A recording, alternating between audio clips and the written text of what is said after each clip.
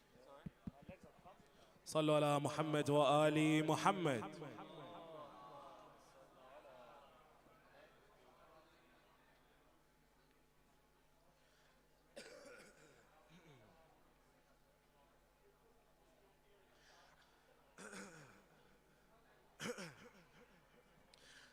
بسم الله الرحمن الرحيم. اللهم صل على محمد وآل محمد. السلام عليك يا أمين الله في أرضه وحجته على عباده. السلام عليك يا أمير المؤمنين. أشهد أنك جاهدت في الله حق جهاده وعملت بكتابه واتبعت سنن نبيه صلى الله عليه وآله حتى دعاك الله إلى جواره فقبضك إليه باختياره وألزم أعدائك الحجة مع ما لك من الحجج البالغة على جميع خلقه. اللهم فاجعل نفسي مطمئنة بقدرك راضية بقضائك مولعة بذكرك ودعائك محبة لصفوة أوليائك محبوبة في أرضك وسمائك صابرة على نزول بلائك شاكرة لفواضل نعمائك ذاكرة لصوابغ الآلائك مشتاقة إلى فرحة لقائك متزودة التقوى ليوم جزائك مستنة بسنن أوليائك مفارقة لإخلاق أعدائك مشغولة عن الدنيا بحمدك وثنائك.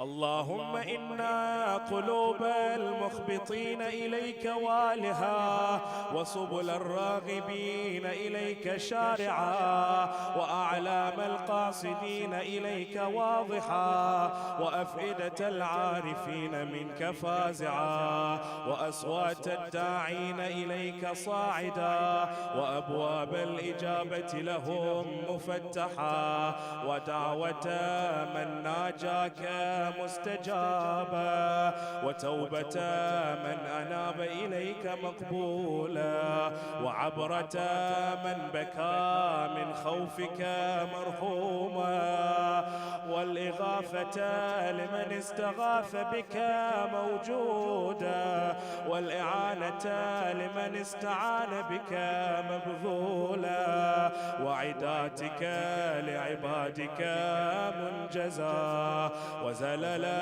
من استقالك مقالا وأعمال العاملين لديك محفوظا وأرزاقك إلى الخلائق من لدنك نازلا وعوائد المزيد إليهم واصلا وذنوب المستغفرين مغفورا وحوائج خلقك عندك مقضيا وجوائز السائلين عندك موفرا وعوائد المزيد متواترا وموائد المستطعمين معدا ومناهل الظماء مترعا.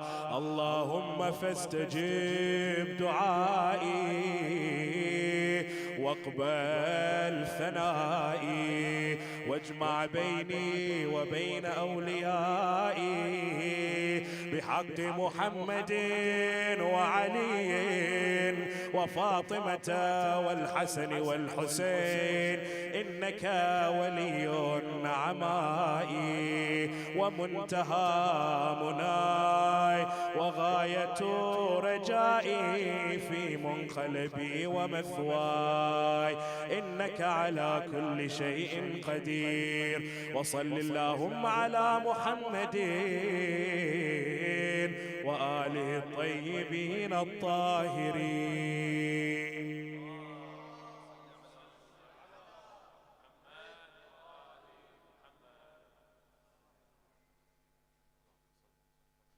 Inshallah, we're going to start with Dua Joshan al-Kabir. If I could please request those brothers that are going to recite to please join us at the front, inshallah. Sallu ala Muhammad wa ali Muhammad.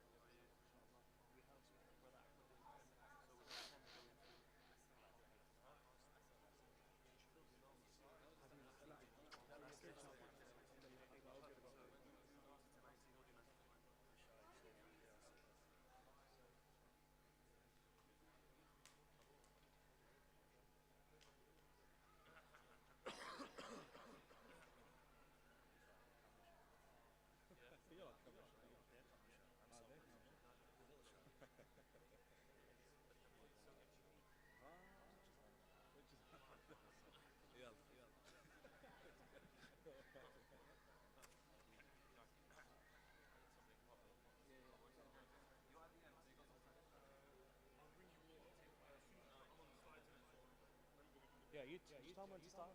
Tell me when to start.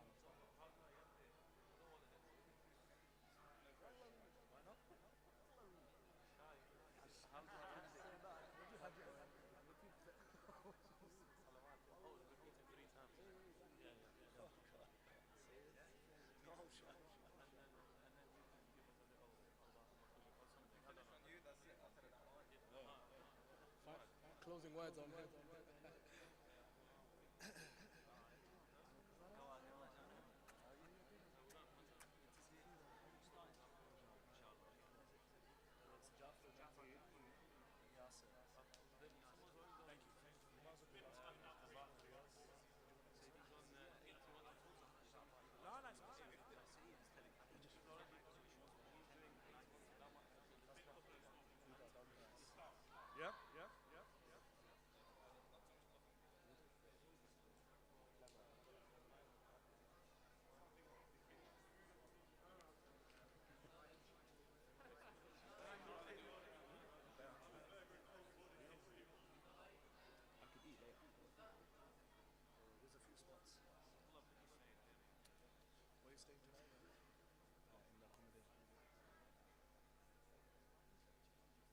صلوا على محمد وآل محمد.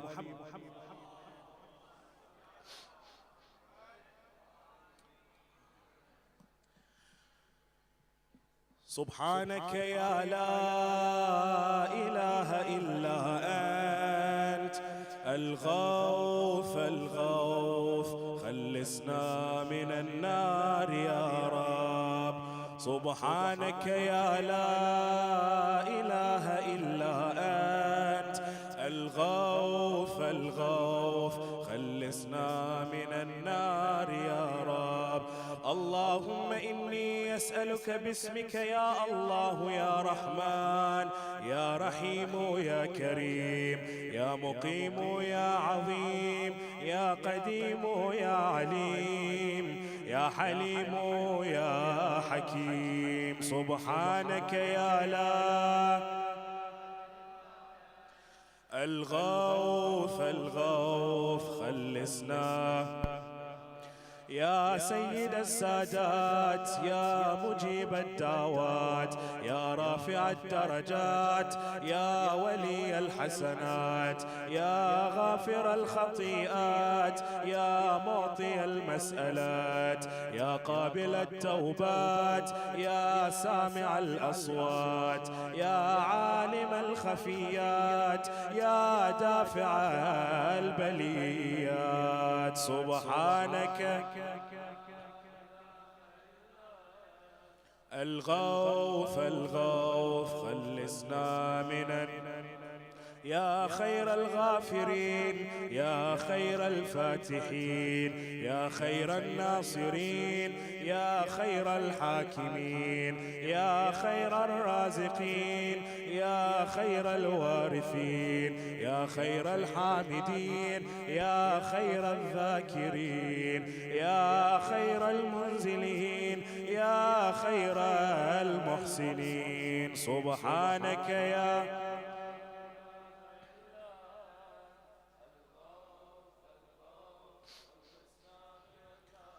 يا من له العزة والجمال يا من له القدرة والكمال يا من له الملك والجلال يا من هو الكبير المتعال يا منشئ السحاب الثقال يا من هو شديد المحال يا من هو سريع الحساب يا من هو شديد العقاب يا من عنده حسن الثواب يا من عنده أم الكتاب سبحانك يا لا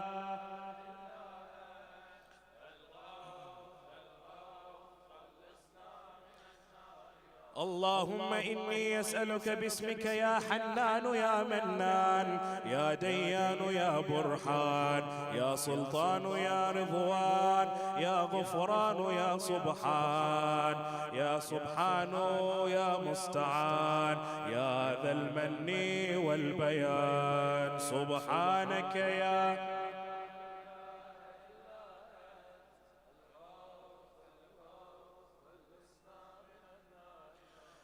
من تواضع كل شيء لعظمته يا من استسلم كل شيء لقدرته يا من ذل كل شيء لعزته يا من خضع كل شيء لهيبته يا من انقاد كل شيء من خشيته يا من تشققت الجبال من مخافته يا من قامت السماوات بأمره يا من استقربت الأرضون بإذنه يا من يسبح الرعد بحمده يا من لا يعتدي على أهل مملكتي سبحانك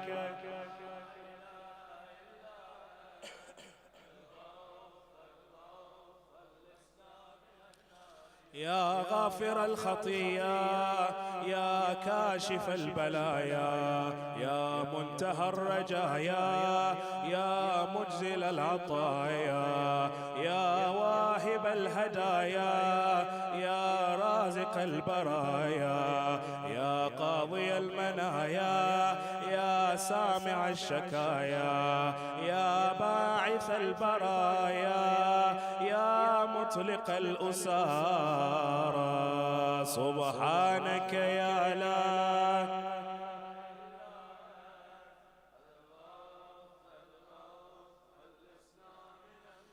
يا ذا الحمد والثناء يا ذا الفخر والبهاء يا ذا المجد والسناء يا ذا العهد والوفاء يا ذا العفو والرضا يا ذا المن والعطاء يا ذا الفصل والقضاء يا ذا العز والبقاء يا ذا الجود والسخاء يا ذا الآلاء والنعماء سبحانك يا لا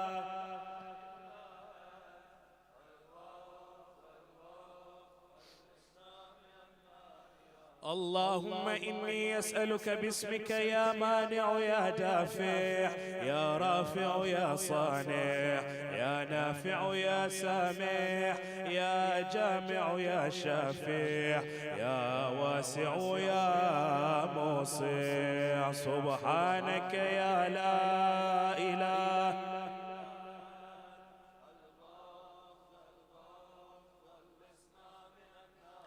يا صانع كل مصنوع يا خالق كل مخلوق يا رازق كل مرزوق يا مالك كل مملوك يا كاشف كل مكروب يا فارج كل مهموم يا راحم كل مرحوم يا ناصر كل مخذول يا ساتر كل معيوب يا ملجأ كل مطروب سبحانك يا لا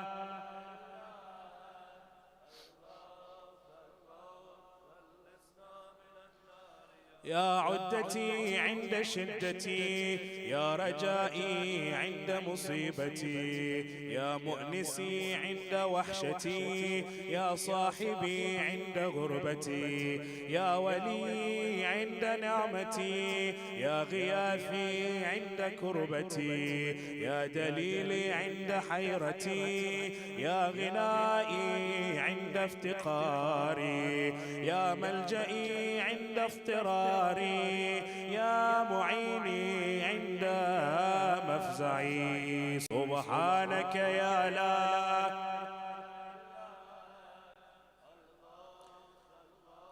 خلصنا من النار يا علام الغيوب يا غفار الذنوب يا ستار العيوب يا كاشف الكروب يا مقلب القلوب يا طبيب القلوب يا منور القلوب يا أنيس القلوب يا مفرج الهموم يا منفس الغموم سبحانك يا لا الغوث الغوث اللهم إني أسألك باسمك يا جليل يا جميل يا وكيل يا كفيل يا دليل يا قبيل يا مديل يا مذيل يا مقيل يا مهيل سبحانك يا لا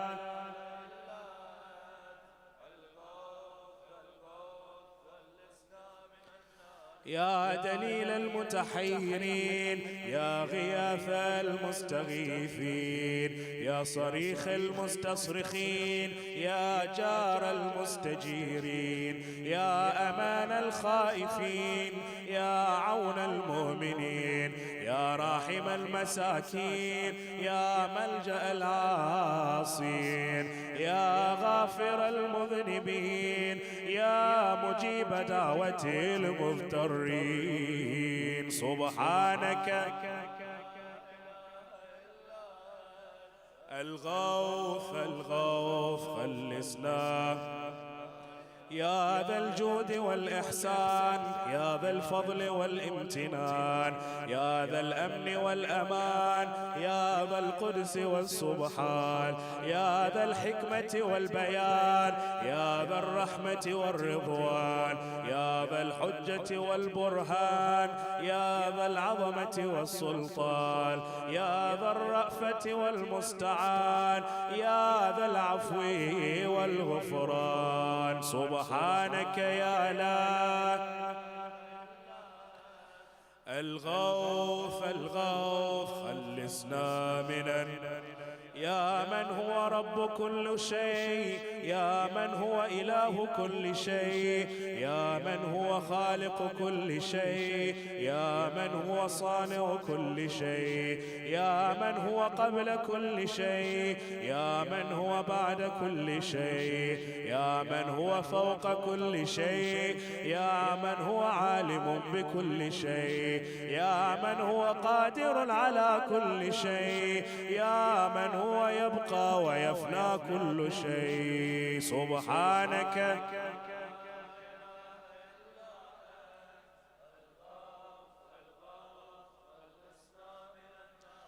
اللهم إني أسألك باسمك يا مؤمن يا مهيمن يا مكون يا ملقين يا مبين يا مهون يا ممكن يا مزين يا معلن يا مقسم سبحانك يا لا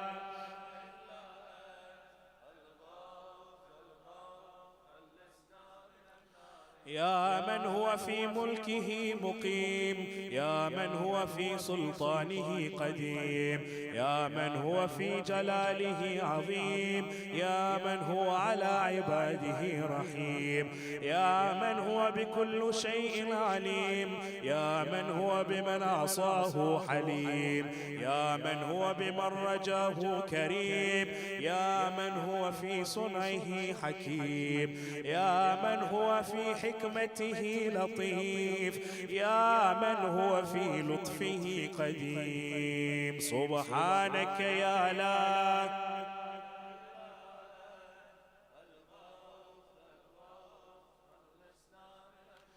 يا من لا يرجى إلا فضله يا من لا يسأل إلا عفوه يا من لا ينظر إلا بره يا من لا يخاف إلا عدله يا من لا يدوم إلا ملكه يا من لا سلطان إلا سلطانه يا من وسعت كل شيء رحمته يا من سبقت رحمته غضبا يا من أحاط بكل شيء علمه يا من ليس أحد مثله سبحانك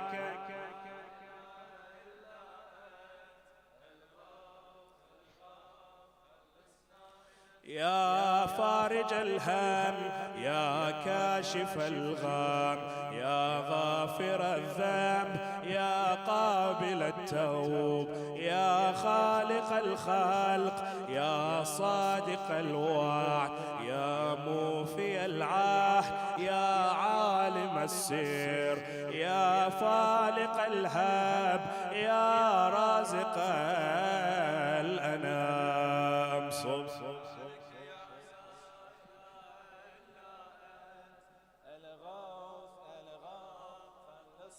من النار يا رب اللهم إني أسألك باسمك يا علي يا وفي يا غني يا ملي يا حفي يا رضي يا زكي يا بدي يا قوي يا ولي سبحانك يا لا إله إلا أنت من النار يا من أظهر الجميل يا من ستر القبيح يا من لم يؤاخذ بالجريرة يا من لم يهتك الست يا عظيم العفو يا حسن التجاوز يا واسع المغفرة يا باسط يدين بالرحمة يا صاحب كل نجوى يا منتهى كل شكوى سبحانك يا لا إله إلا أنت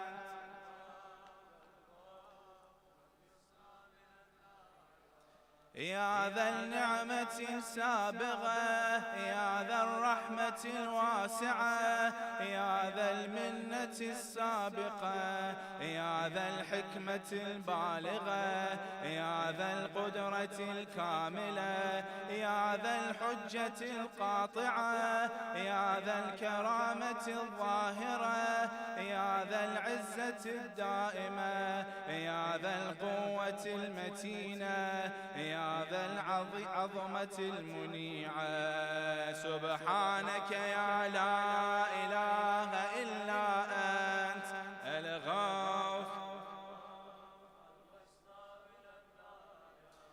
يا بديع السماوات يا جاعل الظلمات يا راحم العبرات يا مقيل العثرات يا ساتر العورات يا يا محيي الأموات يا منزل الآيات يا مضعف الحسنات يا ماحي السيئات يا شديد النقمات سبحانك يا لا إله إلا أنت الغفور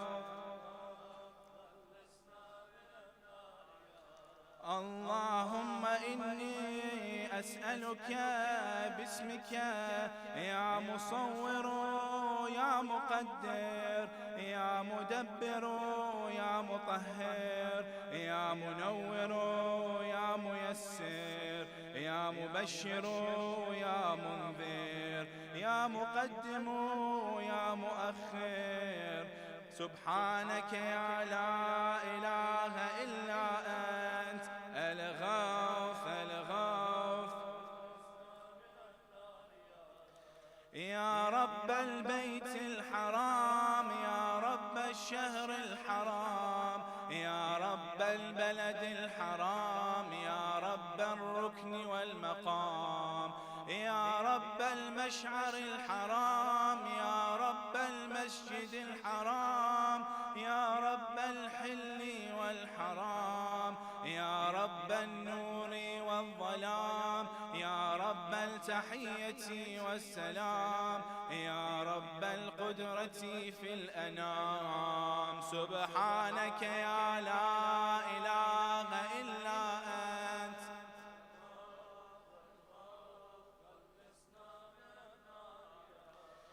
يا أحكم الحاكمين يا أعدل العادلين يا أصدق الصادقين يا أطهر الطاهرين يا أحسن الخالقين يا أسرع الحاسبين يا أسمع السامعين يا أبصر الناظرين يا أشفع الشافعين يا أكرم الأكرمين سبحانك يا لا إله إلا أنت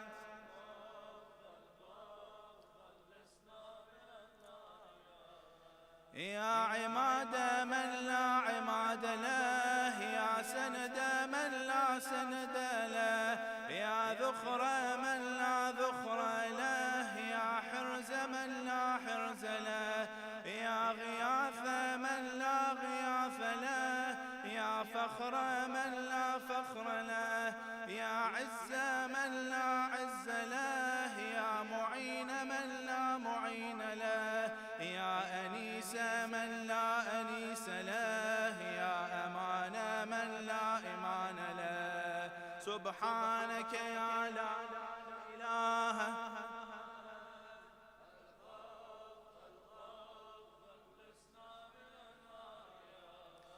اللهم إني أسألك باسمك يا عاصم يا قائم يا دائم يا راحم يا سالم يا حاكم يا عالم يا قاسم يا قابض يا باسط سبحانك يا لا إله إلا أنت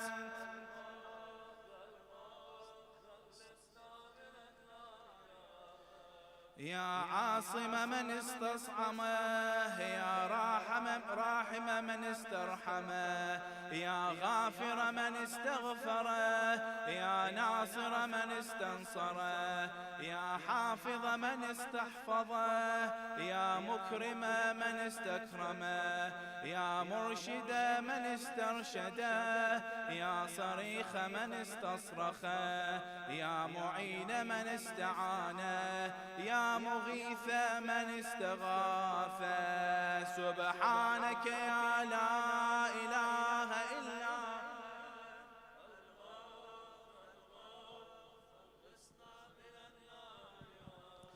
يا عزيزا لا يضام يا لطيفا لا يرام يا قيوما لا ينام يا دائما لا يفوت يا حيا لا يموت يا ملكا لا باقيا لا يفناه، يا عالما لا يجهل، يا صمدا لا يطعم، يا قويا لا يضعف. سبحانك يا لا إله إلا أنت الغوث. اللهم إني أسألك باسمك يا أحد يا واحد، يا شاهد يا ماجد، يا حامد يا راشد، يا باعث يا وارث، يا ضار يا نافع. سبحانك يا لا إله إلا أنت الغوث. يا أعظم من كل عظيم، يا أكرم من كل كريم، يا أرحم من كل رحيم، يا أعلم من كل عليم، يا أحكم من كل حكيم، يا أقدم من كل قديم، يا أكبر من كل كبير، يا ألطف من كل لطيف، يا أجل من كل جليل، يا أعز من كل عزيز. سبحانك يا لا إله إلا أنت.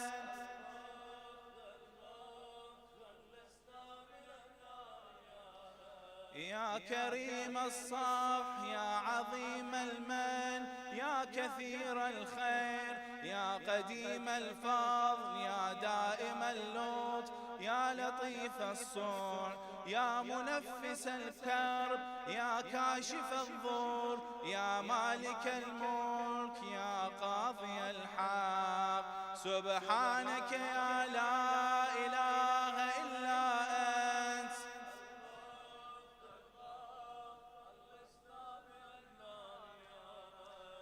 يا من هو في عهده وفي، يا من هو في وفائه قوي، يا من هو في قوته علي، يا من هو في علوه قريب، يا من هو في قربه لطيف، يا من هو في لطفه شريف، يا من هو في شرفه عزيز، يا من هو في عزه عظيم، يا من هو في عظمته مجيد، يا من هو في مجده حميد. سبحانك يا لا إله إلا أنت.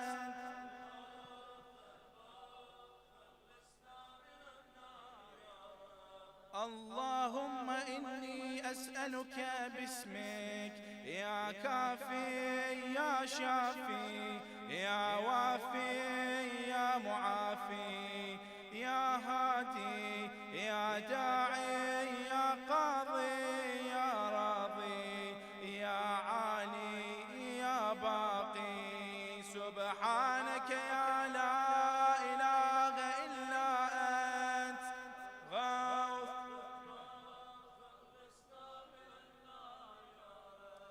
يا من كل شيء خاضع له، يا من كل شيء خاشع له، يا من كل شيء كائن له، يا من كل شيء موجود به، يا من كل شيء منيب إليه، يا من كل شيء خائف منه، يا من كل شيء قائم به، يا من كل شيء صائر إليه، يا من كل شيء يسبح بحمده، يا من كل شيء هالك إلا وجهه. سبحانك يا لا إله إلا أنت الغوث الغوث. خلصنا يا من لا مفر إلا إليه، يا من لا مفزع إلا إليه، يا من لا مقصد إلا إليه، يا من لا منجى منه إلا إليه، يا من لا يرغب إلا إليه، يا من لا حول ولا قوة إلا به، يا من لا يستعان إلا به، يا من لا يتوكل إلا عليه، يا من لا يرجى إلا هو، يا من لا يعبد إلا هو. سبحانك يا لا إله إلا أنت الغوث الغوث، يا خير المرغوبين، يا خير المرغوبين، يا خير المطلوبين، يا خير المسؤولين، يا خير المقصودين، يا خير المذكورين، يا خير المشكورين، يا خير المحبوبين، يا خير المدعوين، يا خير المستأنسين. سبحانك يا لا إله إلا أنت.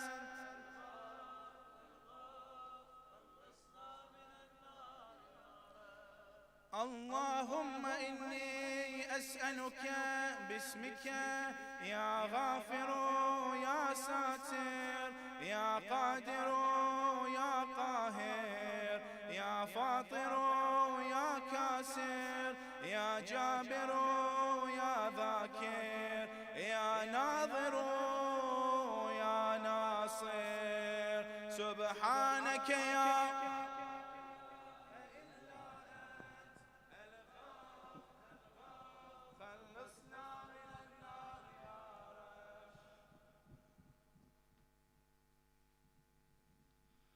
يا من خلق فسوى، يا من قدر فهدى، يا من يكشف البلوى، يا من يسمع النجوى، يا من ينقذ الغرقى، يا من ينجي الهلكى، يا من يشفي المرضى، يا من أضحك وأبكى، يا من أمات وأحيا، يا من خلق الزوجين الذكر والأنثى.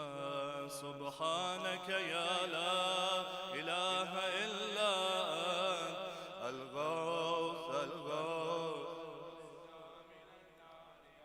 يا من في البر والبحر سبيله، يا من في الآفاق آياته، يا من في الآيات برهانه، يا من في الممات قدرته، يا من في القبور عبرته، يا من في القيامة ملكه، يا من في الحساب هيبته، يا من في الميزان قضاء، يا من في الجنة ثوابه، يا من في النار عقابه.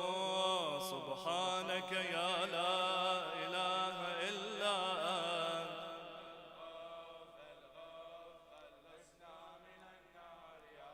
يا من إليه يهرب الخائفون، يا من إليه يفزع المذنبون، يا من إليه يقصد المنيبون، يا من إليه يرغب الزاهدون، يا من إليه يلجأ المتحيرون، يا من به يستأنس المريدون، يا من به يفتخر المحبون، يا من في أفوه يطمع الخاطئون، يا من إليه يسكن الموقنون، يا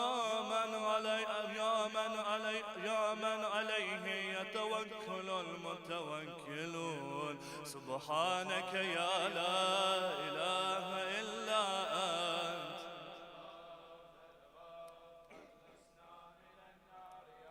اللهم إني أسألك باسمك يا حبيب يا طبيب يا قريب يا رقيب يا حسيب يا مهيب يا مطيب يا مجيب يا خبير يا بصير سبحانك يا لا إله إلا أنت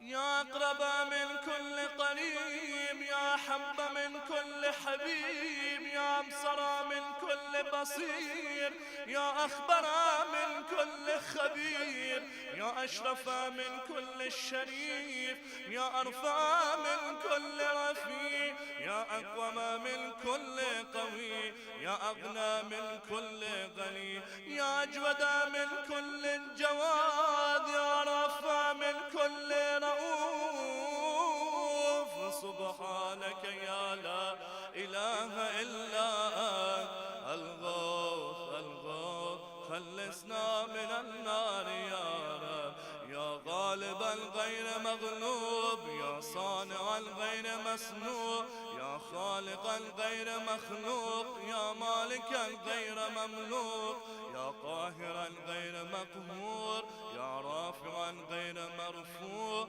يا حافظ الغير محفوظ يا ناصر الغير منصور يا شاهد الغير غائب يا قريبا غير بعيد سبحانك يا لا إله إلا أنت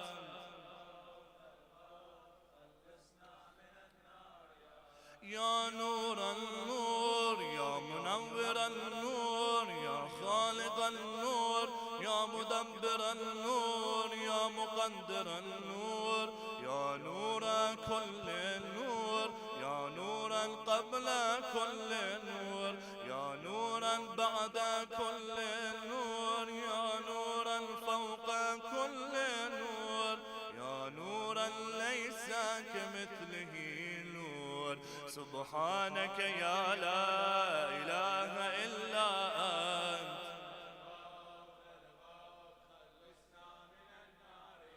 يا من عطاه شريف يا من فعله لطيف يا من لطفه مقيم يا من إحسانه قديم يا من قوله حق يا من وعده صدق يا من عفوه فاض يا من عذابه عاد يا من ذكره حول يا من فضله عميم سبحانك يا لا إله إلا أنت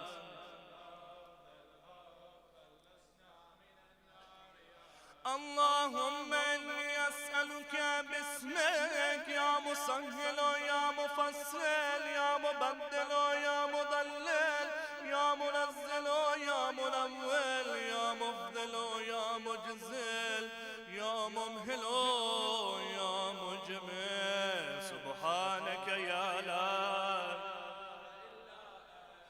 الغوث الغوث يا من يرى ولا يرى يا من يخلق ولا يخلق يا من يهدي ولا يهدى يا من يحيي ولا يحيى يا من يسأل ولا يسأل يا من يطعم ولا يطعم يا من يجير ولا يجار عليه يا من يقضي ولا يقضى عليه يا من يحكم ولا يحكم عليه يا من لم يلد ولم يولد ولم يكن له كفوا أحد سبحانك يا لا إله إلا أنت الغوث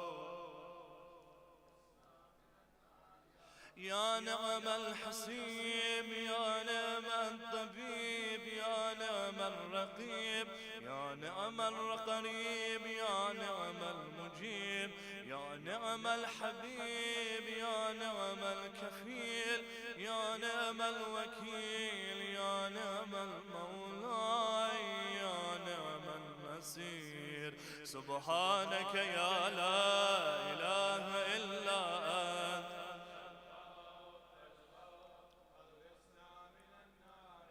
يا سرور العارفين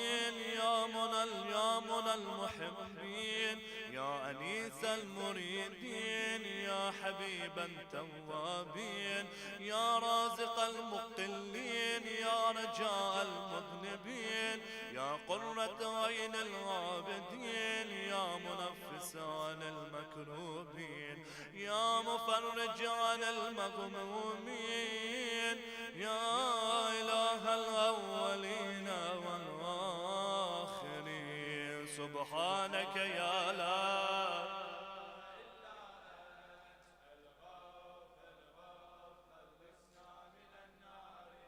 اللهم إني أسألك باسمك يا ربنا يا إلهنا يا سيدنا يا مولانا يا ناصرنا يا حافظنا يا دليلنا يا معيننا يا حبيبنا يا طبيبنا سبحانك يا لا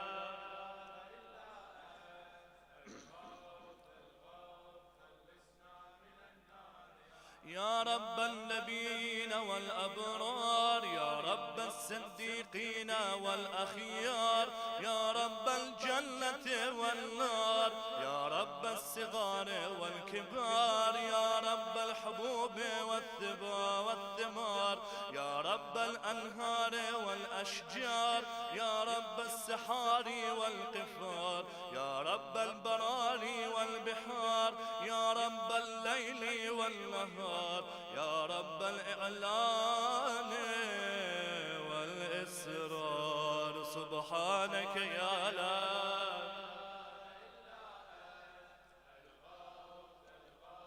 خلصنا من النار يا من نفذ في كل شيء أمره يا من لاحق بكل شيء علمه يا من بلغت إلى كل شيء قدرته يا من لا يحسن عباده نعمه يا من لا تبلغ الخلائق الشكر يا من لا تدرك الأفهام جلاله يا من لا تنال أوهام كنها يا من العظمة والكبرياء رداء يا من لا يرد العباد قضاء يا من لا ملك إلا ملكه يا من لا عطاء إلا عطاء سبحانك يا لا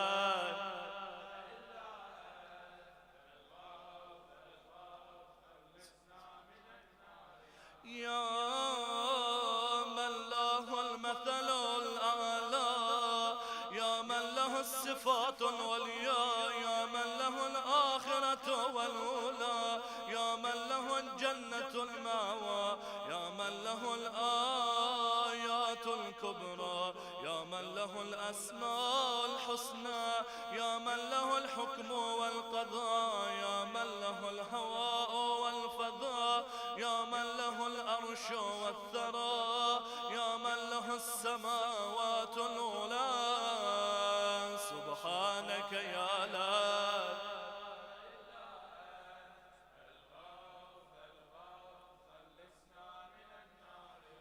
اللهم إني أسألك باسمك يا عفو يا غفور يا صبور يا شكور يا رؤوف يا عطوف يا مسؤول يا ودود يا صبوح يا قدوس سبحانك يا لا إله إلا أنت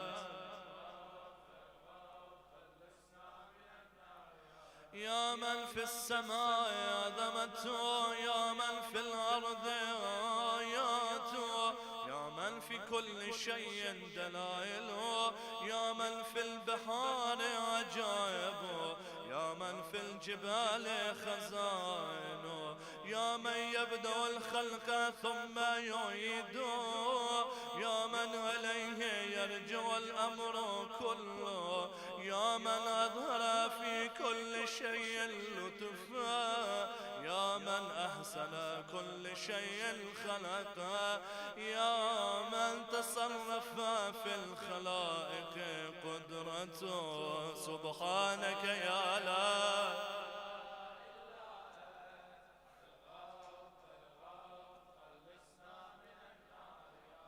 يا حبيب من لا حبيب له، يا طبيب من لا طبيب له، يا مجيب من لا مجيب له، يا شفيق من لا شفيق له، يا رفيق من لا رفيق له، يا مغيث من لا مغيث له، يا دليل من لا دليل دليل له، يا أنيس من لا أنيس له، يا راحم من لا راحم له، يا صاحب من لا صاحب له. سبحانك يا لا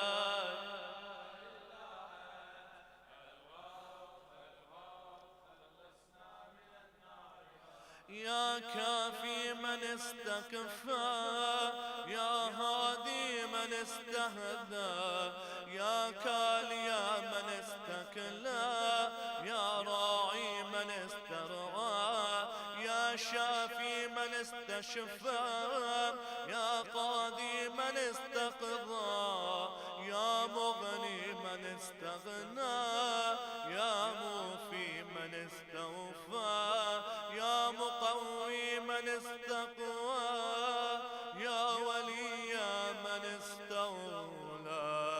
سبحانك يا لا إله إلا أنت الغوث الغوث خلصنا من النار يا رب. اللهم إني أسألك باسمك يا خالق يا رازق يا ناطق يا صادق يا فالق يا فارق يا فاتق يا راتق يا سابق يا سامق. سبحانك يا لا إله إلا أنت الغوث الغوث. يا من يقلب الليل والنهار، يا من جعل الظلمات والأنوار، يا من خلق الظل والحرور، يا من سخر الشمس والقمر، يا من قدر الخير والشر، يا من خلق الموت والحياة، يا من له الخلق والأمر، يا من لم يتخذ صاحبة ولا ولدا، يا من ليس له شريك في الملك، يا من لم يكن له ولي من الذل. سبحانك يا لا إله إلا أنت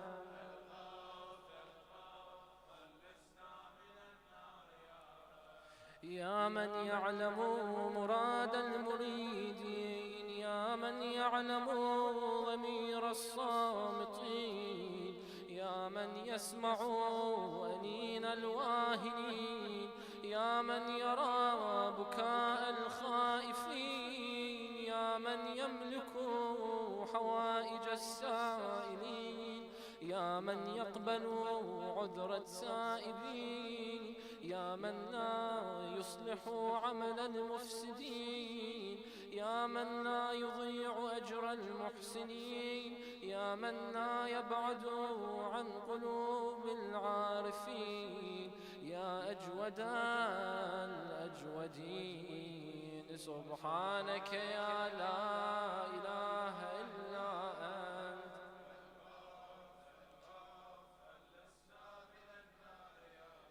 يا دائم البقاء يا سامع الدعاء، يا واسع العطاء يا غافر الخطاء، يا بديع السماء يا حسن البلاء، يا جميل الثناء يا قديم السناء، يا كثير الوفاء يا شريف الجزاء. سبحانك يا لا إله إلا أنت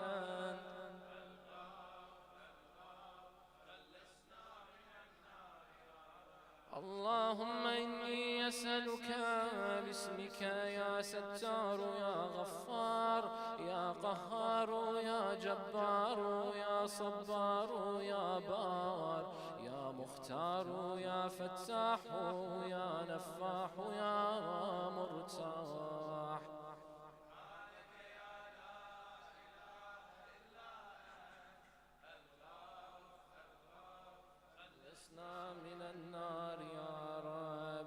من خلقني وسواني، يا من رزقني ورباني، يا من أطعمني وسقاني، يا من قربني وأدناني، يا من عصمني وكفاني، يا من حفظني وكلاني، يا من أعزني وأغناني، يا من وفقني وهداني، يا من آنسني وآواني، يا من أماتني وأحياني. سبحانك يا لا إله إلا أنت.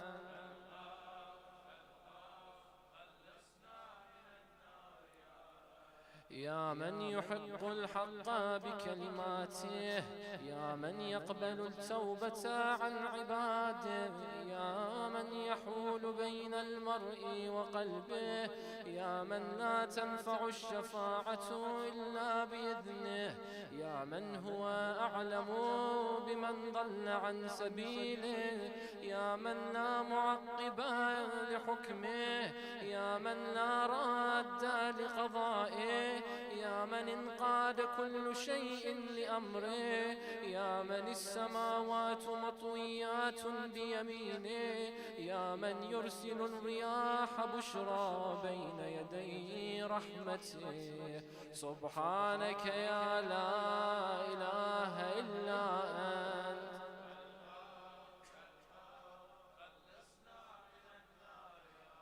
يا من جعل الأرض مهادا، يا من جعل الجبال أوتادا، يا من جعل الشمس سراجا، يا من جعل القمر نورا، يا من جعل الليل لباسا، يا من جعل النهار معاشا، يا من جعل النوم سباتا، يا من جعل السماء بناء، يا من جعل الأشياء أزواجا، يا من جعل النار مرصادا.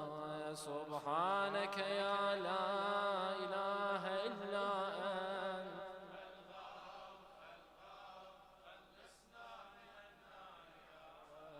اللهم إني أسألك باسمك يا سميع يا شفيع يا رفيع يا منيع يا سريع يا بديع يا كبير يا قدير يا خبير يا مجير. سبحانك يا لا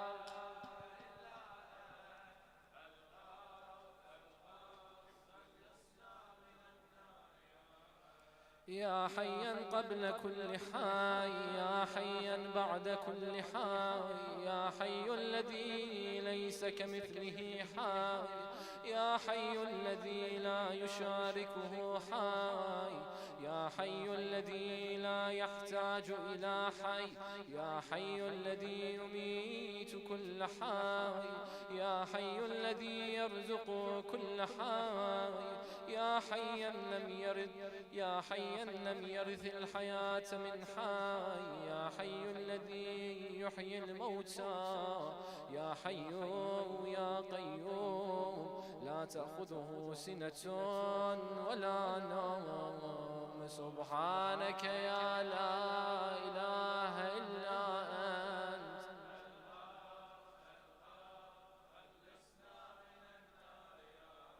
يا من له ذكر لا ينسى، يا من له نور لا يطفى، يا من له نعم لا تعاد، يا من له ملك لا يزول، يا من له ثناء لا يحصى، يا من له جلال لا يكيف، يا من له كمال لا يدرك، يا من له قضاء لا يراد، يا من له صفات لا تبدل، يا من له نعوت لا تغير. سبحانك يا لا إله إلا أنت.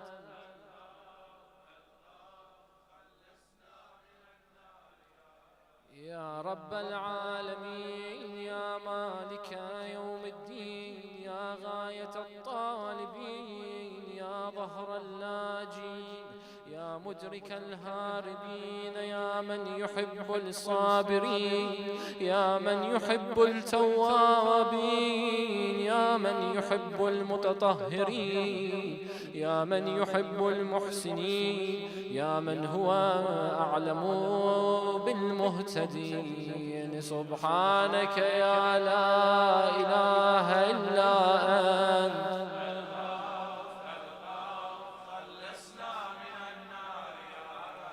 اللهم إني أسألك باسمك يا شفيق يا رفيق يا حفيظ يا محيط يا مقيت يا مغيث يا معز يا مذل يا مبدئ يا معيد. سبحانك يا لا إله إلا أنت.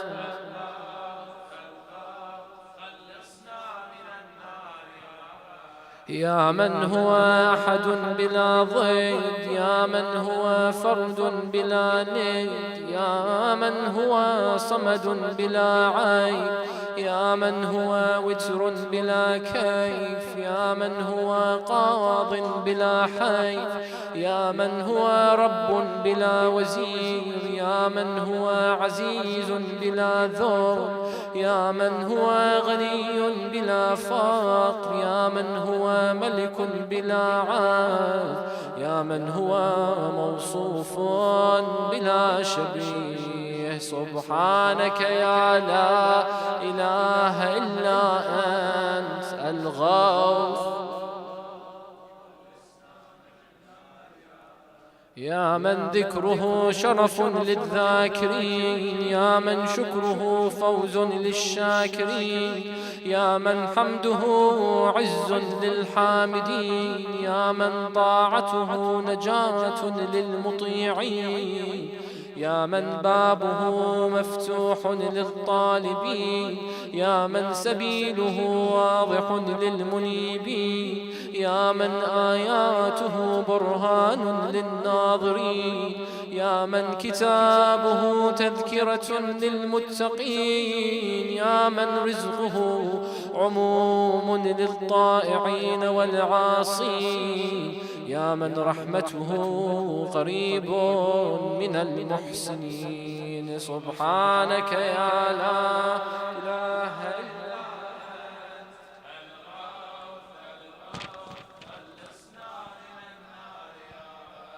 يا من تبارك اسمه، يا من تعالى جده، يا من لا إله غيره، يا من جل ثناؤه، يا من تقدست أسماؤه، يا من يدوم بقاؤه، يا من العظمة بهاؤه، يا من الكبرياء رداؤه، يا من لا تحصى آلاؤه، يا من لا تعد نعماؤه.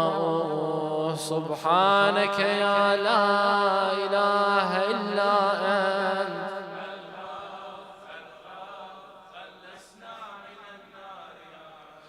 اللهم إني أسألك باسمك يا معين يا أمين يا مبين يا متين يا مكين يا رشيد يا حميد يا مجيد يا شديد يا شهيد. سبحانك يا لا إله إلا أنت.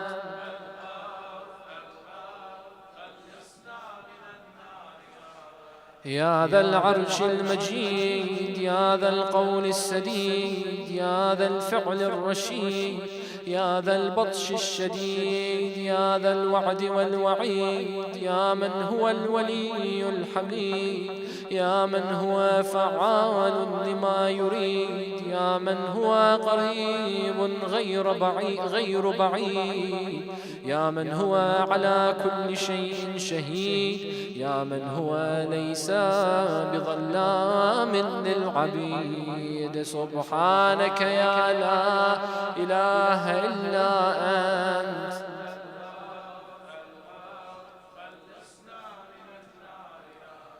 يا من لا شريك له ولا وزير، يا من لا شبيه له ولا نظير، يا خالق الشمس والقمر المنير، يا مغني البائس الفقير، يا رازق الطفل الصغير، يا راحم الشيخ الكبير، يا جابر العظم الكبير، يا عصمة الخائف المستجير، يا من هو بعباده خبير بصير، يا من هو على كل شيء قدير. سبحانك يا لا إله إلا أنت.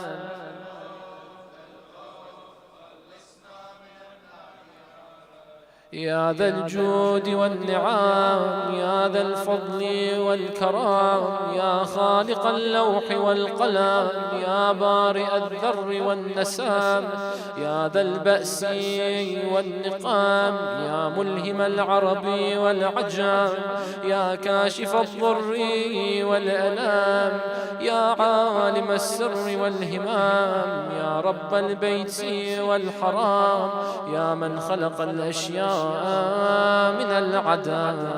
سبحانك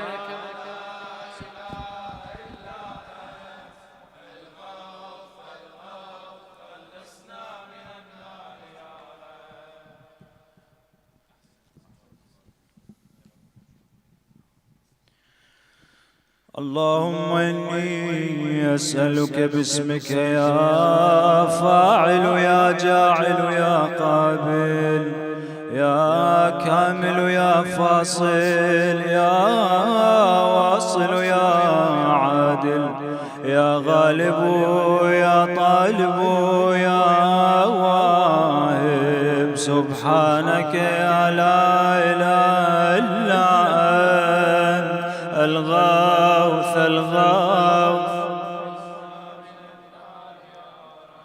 يا من أنعم بطوله، يا من أكرم بجوده، يا من جاد بلطفه، يا من تعزز بقدرته، يا من قدر بحكمته، يا من حكم بتدبيره، يا من دبر بعلمه، يا من تجاوز بحلمه، يا من دنا في علوه، يا من علا في دنوه. سبحانك يا لا إله إلا أنت الغوث،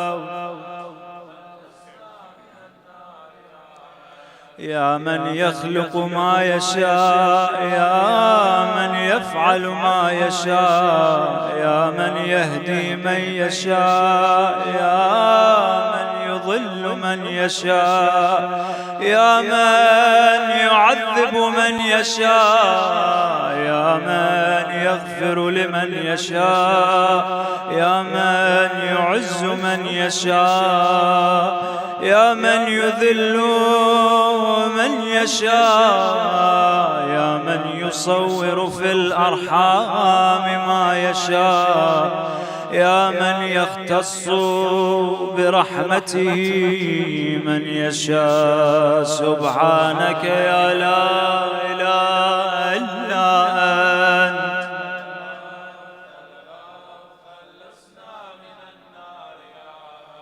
يا من لم يتخذ صاحبة ولا ولدا، يا من جعل لكل شيء قدرا، يا من لا يشرك في حكمه أحدا، يا من جعل الملائكة رسلا، يا من جعل في السماء بروجا، يا من جعل الأرض قرارا، يا من خلق من الماء بشرا، يا من جعل لكل شيء أمدا، يا من أحاط بكل شيء علما، يا من أحصى كل شيء عددا. سبحانك يا لا إله إلا أنت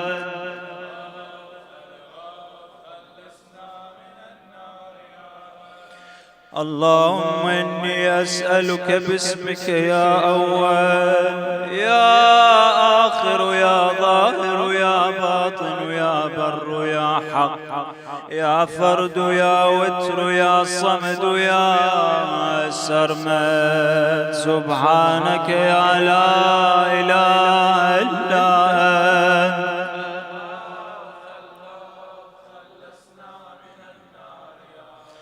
يا خير معروف عرف يا أفضل معبود عبد يا أجل مشكور شكر يا أعز مذكور ذكر يا أعلى محمود حمد يا أقدم موجود طلب يا أرفع موصوف وصف يا أكبر مقصود قصد يا أكرم مسؤول سئل يا أشرف محبوب علم سبحانك يا لا إله إلا أنت الغوث الغوث خلصنا من يا حبيب الباكين يا سيد المتوكلين يا هادي المضلين يا ولي المؤمنين يا أنيس الذاكرين يا مفزع الملهوفين يا منجي الصادقين يا أقدر القادرين يا أعلم العالمين يا إله الخلق أجمعين سبحانك يا لا إله إلا أنت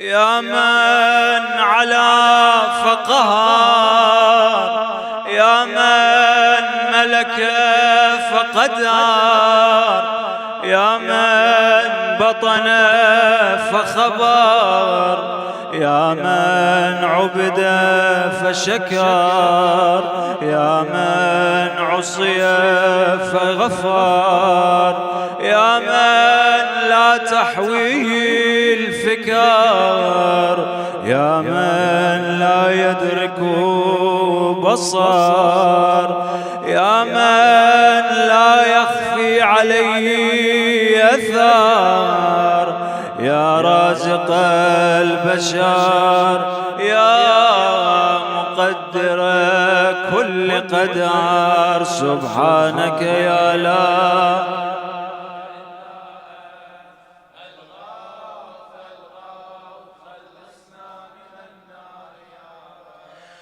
اللهم إني أسألك باسمك يا حافظ يا بارئ يا ذارئ يا باذخ يا فارج يا فاتح يا كاشف يا ضامن يا آمر يا ناهي سبحانك يا لا إله إلا أنت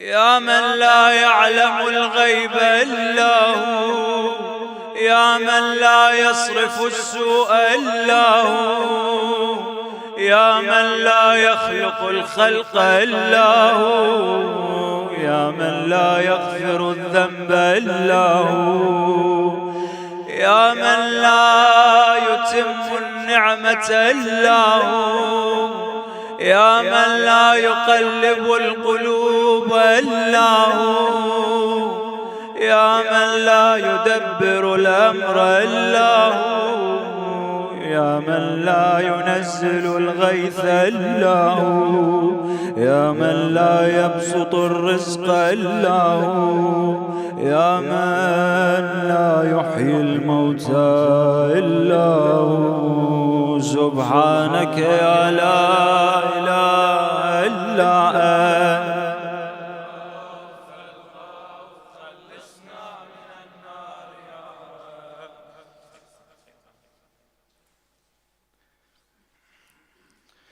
يا ماء الضعفاء يا صاحب الغرباء يا ناصر الأولياء يا قاهر الأعداء يا رافع السماء يا آنس الأصفياء يا حابب الأتقياء يا كنز الفقراء يا إله الأغنياء يا أكرم الكرماء سبحانك يا لا إله إلا أنت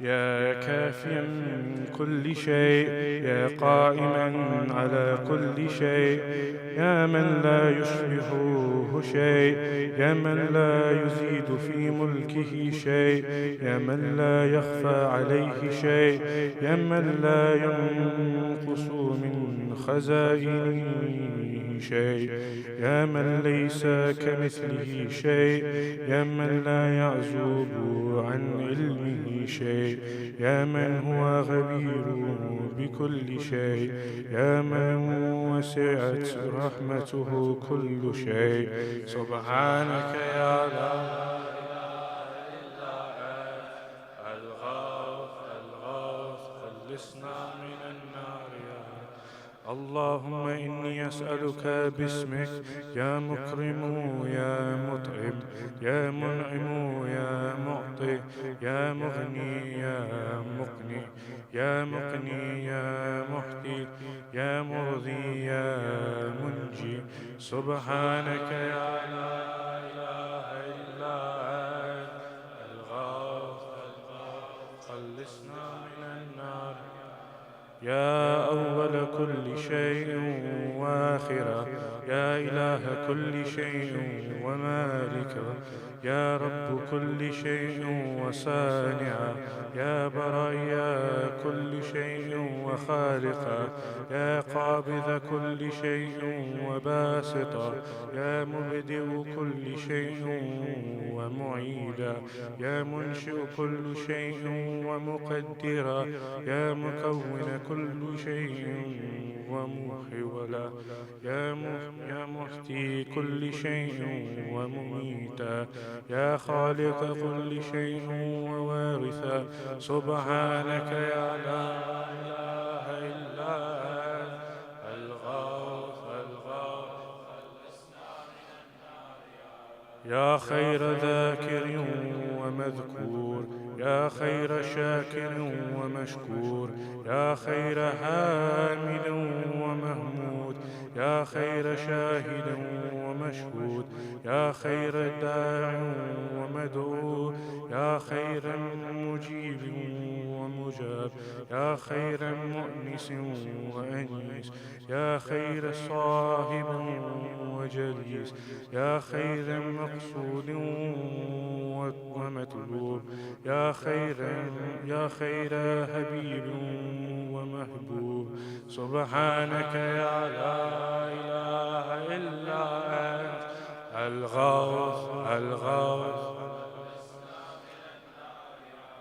يا من هو لمن دعه مبيب يا من هو لمن أطاعته هبيب يا من هو إلى من أحبه قريب يا من هو بمن استحفظه رقيب يا من هو بمن رجاه كريم يا من هو بمن نصاه هليم يا من هو في عظمته رهيم يا من هو في حكمته عظيم يا من هو في إحسانه قديم يا من هو بمن أراده عليم سبحانك يا لا إله إلا أنت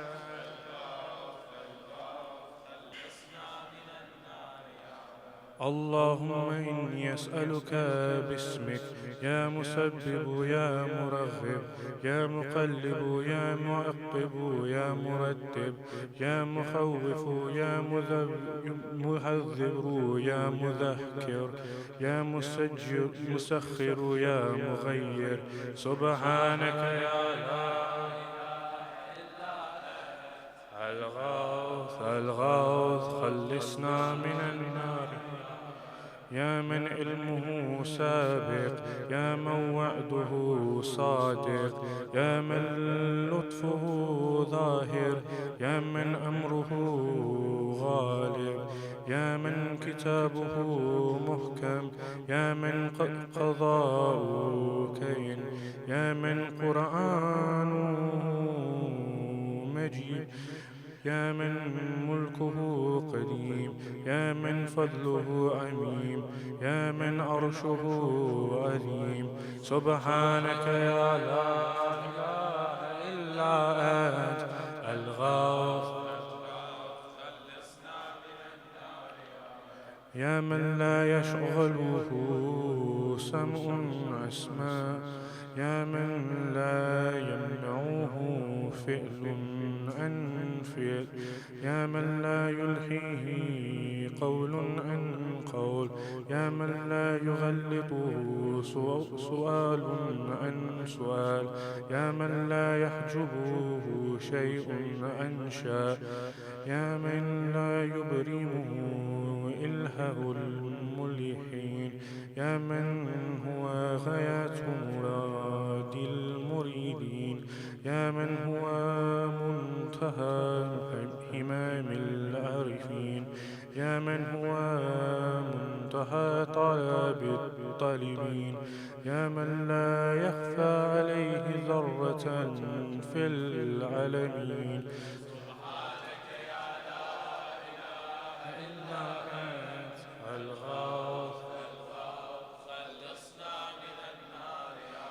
يا حليما لا يعجل، يا جوادا لا يبخل، يا صادقا لا يخلف، يا وهابا لا يمل، يا قاهرا لا يغلب، يا عظيما لا يوصف، يا عدلا لا يهيف، يا غنيا لا يفتقر، يا كبيرا لا يصغر، يا هفيرا لا يغفل. سبحانك يا لا إله إلا أنت الغوث الغوث، خلصنا من النار يا رب. سبحانك يا لا إله إلا أنت الغوث الغوث، خلصنا من النار يا رب. سبحانك يا لا إله إلا أنت الغوث الغوث، خلصنا من النار يا رب. صل على محمد وآل محمد.